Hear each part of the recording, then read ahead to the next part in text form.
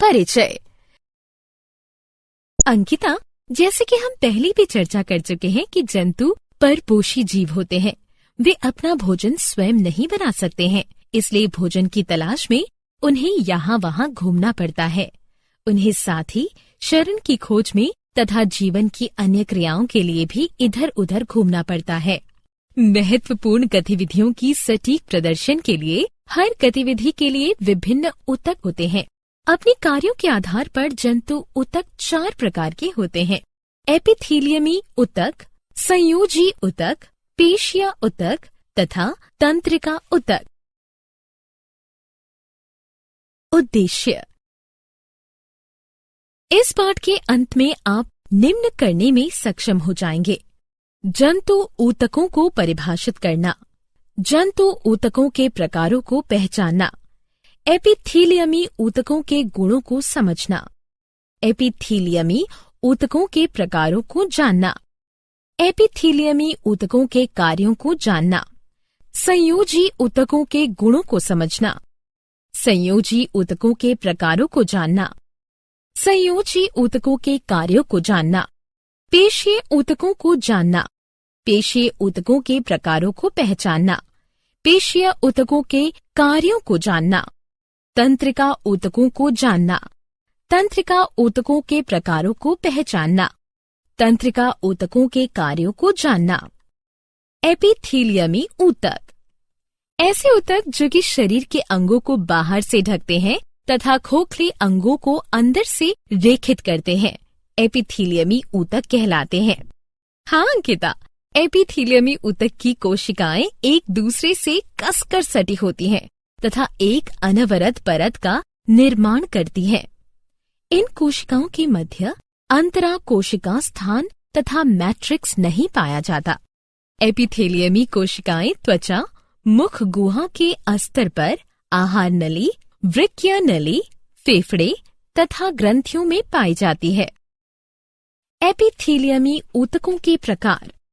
कोशिकाओं के कार्यों को तथा उनकी आकृतियों के आधार पर एपिथीलियमी ऊतकों को 5 प्रकारों में वर्गीकृत किया गया है: शल्की एपिथीलियम, घनाकार एपिथीलियम, स्तंभाकार एपिथेलियम, ग्रंथीय या ग्रंथिल एपिथेलियम, पक्षमाभी एपिथेलियम। शल्की एपिथेलियम पतली, चपटी, अनियमित आकार वाली कोशिकाओं से मिलकर बने होते हैं जो कि फर्श की टाइल्स की तरह परस्पर फिट होकर एक सघन ऊतक का निर्माण करती है। ये गुहाओं तथा रक्त वाहिकाओं के अस्तरों तथा जीव एवं त्वचा के कवर में पाए जाते हैं। इन्हें फुटपाथ यानी पेवमेंट एपिथेलियम के नाम से भी जाना जाता है। घनाकार एपिथेलियम में कोशिकाएं घन से आकार की होती हैं। वे अनुभाग काट करने पर वर्ग की भांति प्रतीत होते हैं, किंतु मुक्त सतह पर षटकोण की भांति दिखते हैं। वे वृक्कीय नलिकाओं, थायराइड पट्टिकाओं, लार ग्रंथियों, श्वेत ग्रंथियों तथा बहिःस्रावी ग्रंथियों में पाई जाती हैं।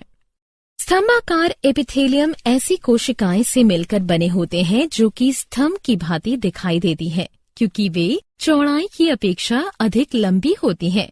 उनके केंद्रक आधार पर स्थित होते हैं। ये पेट के अस्तर, छोटी आंत, बृहदांत्र, पित्ताशय तथा श्लेमा झिल्ली वाले अंडवाहिनी में पाए जाते हैं।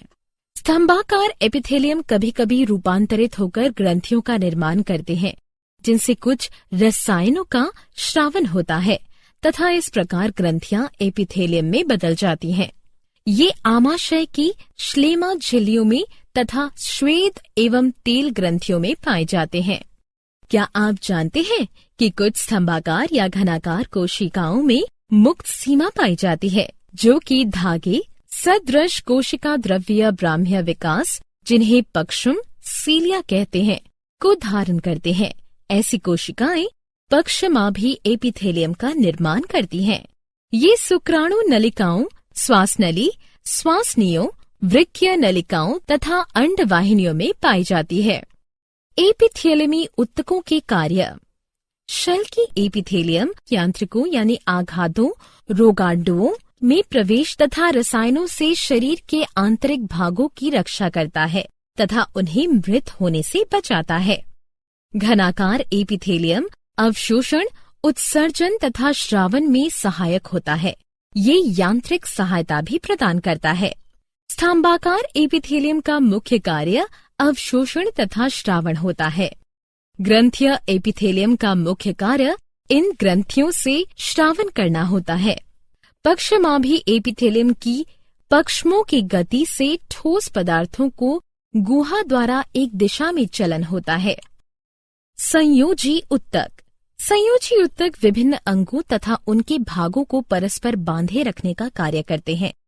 संयोजी उत्तकों की कोशिकाएं जीवित, एक दूसरे से अलग, कम जुड़ी तथा संख्या में बहुत कम होती है।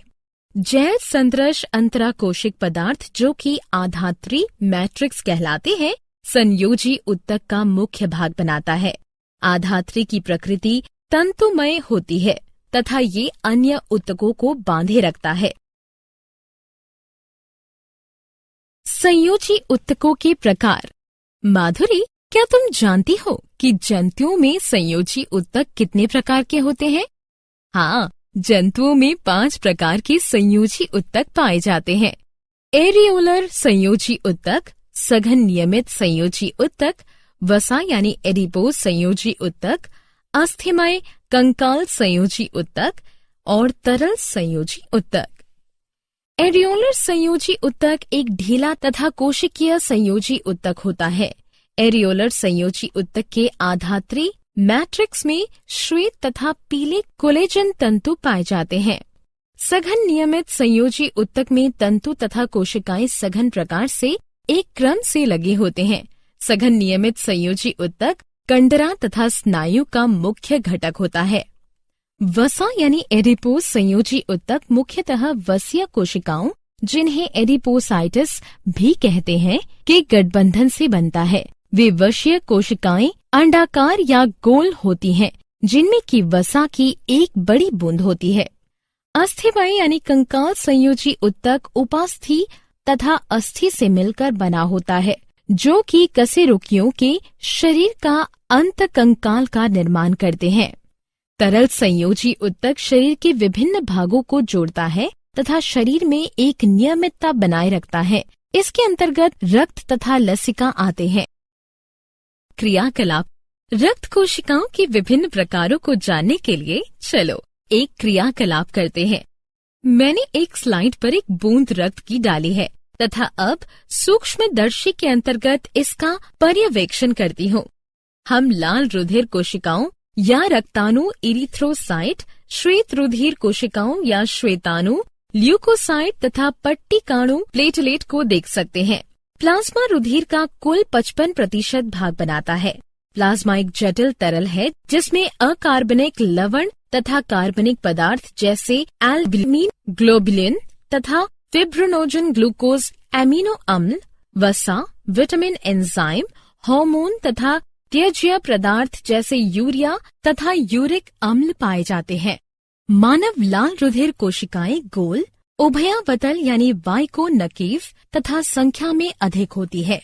इनमें लोह युक्त जटिल प्रोटीन हीमोग्लोबिन पाई जाती है, जिसके कारण इसका रंग लाल होता है। श्वेताणु यानी ल्यूकोसाइट अमीबिया केंद्रक युक्त तथा श्वेत होते हैं। वे आकार में बड़े किंतु संख्या में कम होते हैं। ये 2 प्रकार के होते हैं। अकन कोशिकाएं यानी एग्रेन्युलोसाइट बिना कण युक्त तथा बिना लोब युक्त केंद्रक वाले होते हैं। ये 2 प्रकार के होते हैं, मोनोसाइट तथा लिम्फोसाइट। कण कोशिकाएं ग्रेन्युलोसाइट में कोशिका द्रव्य कण तथा लोब युक्त केंद्रक पाया जाता है। ये 3 प्रकार के होते हैं, न्यूट्रोफिल, एसिडोफिल तथा बेसोफिल। रुधिर पट्टिकाणु प्लेटलेट छोटे अकेंद्रकीय बड़ी अस्थि मज्जा की कोशिकाएं, जिन्हें मेगाकैरियोसाइट कहते हैं, के विखंडन से बनती है। संयोजी उत्तकों के कार्य। एरियोलर संयोजी उत्तक के सहायक उत्तक है तथा ये देह गुहा में स्थित अंगों के मध्य पैकिंग उत्तकों का कार्य करते हैं। ये आघात के पश्चात उत्तकों की मरम्मत करता है, विषों से लड़ता है तथा त्वचा के नीचे स्थित पेशियों को स्थिरता प्रदान करता है। सघन नियमित संयोजी उत्तक जोड़ों को मजबूती प्रदान करता है तथा साधारण गति की अनुमति देता है। माधुरी, क्या तुम जानती हो कि स्नायु में अत्यधिक खिंचाव के कारण मोच आती है? वसा एडिपोज संयोजी उत्तक वसा को संचित करता है, शरीर तथा पैरों को आकृति प्रदान करता है, अंतरंग अंगों को नियमित आकार देता है, वृक्कों तथा नेत्र गोलकों को के आसपास आघात को अवशोषित करने वाले गद्दे की भांति कार्य करता है तथा इंसुलेटर की भांति भी कार्य करता है। अस्थिमय कंकाल संयोजी उत्तक अंततः कंकाल का निर्माण करता है, शारीरिक अंगों को सहायता तथा लचीलापन प्रदान करता है, मुख्य अंगों को सुरक्षित रखता है तथा कैल्शियम एवं फॉस्फेट को संचित करता है। तरल संयोजी उत्तक पूरे शरीर के उत्तकों को पोषित तत्वों, हार्मोन तथा विटामिन का परिवहन करते हैं तथा पूरे शरीर को उत्तकों से उत्सर्जी पदार्थों को यकृत तथा वृक्क तक ले जाता है। पेशीय उत्तक। पेशीय उत्तक अनियमित कोशिकाओं से मिलकर बने होते हैं, जिन्हें पेशीय तंतु कहते हैं। पेशियों में विशेष प्रोटीन पाई जाती है, जिन्हें संकुचनशील प्रोटीन भी कहते हैं। जब ये प्रोटीन सिकुड़ती है या संकुचित तथा शिथिल होती है, तब गति होती है। पेशीय उत्तकों के प्रकार। अंकिता, स्थिति, संरचना तथा कार्य के आधार पर पेशीय तंतु 3 प्रकार के होते हैं: रेखित पेशी, चिकनी पेशी, कार्डिक यानी हृदय पेशी। रेखित पेशियां पैर, जीभ, उदर, भित्ति, ग्रसनी तथा ग्रसिका में पाई जाती है। इनमें एक के बाद एक हल्के तथा गहरे रंग की रेखाएं या धारियां पाई जाती हैं। ये लंबी, बेलानाकार, शाखा रहित तथा बहुनाभीय होती हैं। ये पेशियां हमारी इच्छा के अनुसार गतिमान होती हैं, अतः इन्हें ऐच्छिक पेशियां भी कहते हैं। चिकनी पेशियां आमाशय की भित्तियों, आंत्र, रक्त नलिकाओं, आंख की आइरिश तथा गर्भाशय में पाई जाती है। ये आकार में छोटी, एक केंद्रिकाएं तथा तर्कु रूपी होती है एवं परतों के रूप में व्यवस्थित होती है। ये पेशियां हमारी इच्छा के अनुसार गतिमान नहीं होती, अतः इन्हें अनैच्छिक पेशियां भी कहते हैं। कार्डिक यानी हृदय पेशियां हृदय के मायोकार्डियम में पाई जाती है। वे रेखित तथा चिकनी दोनों तरह की होती हैं। हृदय पेशियां शाखित रेशों से मिलकर बनी होती हैं। ये शाखाएं परस्पर मिलकर एक जाल का निर्माण करती हैं। प्रत्येक रेशा सार्कोलेमा द्वारा घिरा होता है तथा इसके अंदर एक मध्य में केंद्रक तथा अनुदैर्ध्य मायोफाइब्रिल के साथ सार्कोप्लाज्म पाया जाता है। अंतराकोशिक स्थान अधिक मात्रा में पाए जाने वाले ढीले संयोजी उत्तक द्वारा भरे रहते हैं। रेखित पेशियां गमन तथा शरीर को ऐच्छिक गति करने के लिए बल प्रदान करती है। चिकनी पेशियां अनैच्छिक पेशियां होती हैं, अर्थात वे हमारी इच्छाओं के अनुसार कार्य नहीं करती हैं। आहार नली में भोजन का आगे बढ़ना, नलिकाओं का खुलना तथा बंद होना आदि चिकनी पेशियों के कारण ही होता है। कार्डिक यानी हृदय पेशियां जीवन भर तेजी से संकुचित तथा शिथिल होती हैं।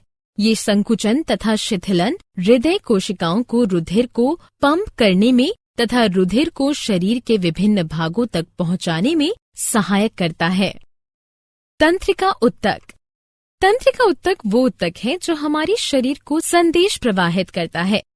तंत्रिका उत्तक में मुख्य एकल कोशिकाएं पाई जाती हैं, जिन्हें तंत्रिका कोशिका या तंत्रिक कोशिका कहते हैं, जिनमें कि शरीर के अंदर और बाहर उद्दीपनों को ग्रहण करने तथा उन्हें शरीर के विभिन्न भागों तक पहुंचाने की क्षमता होती है। ये उद्दीपन एक तंत्री कोशिका से अन्य तंत्री कोशिका तक जाता है। माधुरी, क्या तुम्हें पता है कि प्रत्येक तंत्री कोशिका में 3 भाग पाए जाते हैं? कोशिका काय, सायोटिन, धूम्राक्षय तथा तंत्रिकाक्ष, एक्सान। सायोटिन या कोशिकाएं में एक मध्य केंद्रक तथा कोशिका द्रव्य पाया जाता है, जिसमें गहरे रंजित कण पाए जाते हैं, जिन्हें निसेल ग्रेन्यूल कहते हैं। डेंड्रोन छोटी प्रक्रियाएं होती हैं जो कि साइटोन या कोशिका काय से निकलकर आगे चलकर धूम्राक्षय में शाखित हो जाती हैं। तंत्रिकाक्ष एक से व्यास की एकल लंबी बेलन नुमा प्रक्रिया है। तंत्रिकाक्ष सिरे पर पतली शाखा बनती है। प्रत्येक शाखा एक फुली हुई संरचना जिसे सिनेप्टिक पुटिका कहते हैं में जाकर मिलती है। तंत्रिकाक्ष को तंत्रिका तंतु भी कहते हैं। एक एकल तंत्रिका तंतु की लंबाई 1 मीटर होती है। तंत्रिका ऊतकों के कार्य। यह दुम्राक्ष उद्दीपनों को ग्रहण करता है तथा तंत्रिकाक्ष उद्दीपनों को कोशिका काय से दूर ले जाता है। उद्दीपन तंत्रिका कोशिका के तंत्रिकाक्ष के साथ वैद्युत क्रियाकलापों का एक मार्ग होता है। क्या आप जानते हैं जंतुओं में सर्वप्रथम एपिथीलियमी ऊतकों का विकास हुआ था। एपिथीलियमी ऊतक सबसे सरल प्रकार के ऊतक होते हैं। शरीर के कुल भार का 40% रेखित पेशियां बनाती हैं। लाल अस्थि मज्जा में हीमोसाइटोप्लास्ट विकसित रुधिर कोशिकाओं को जन्म देते हैं। मानव शरीर में लगभग 6.8 लीटर रक्त पाया जाता है।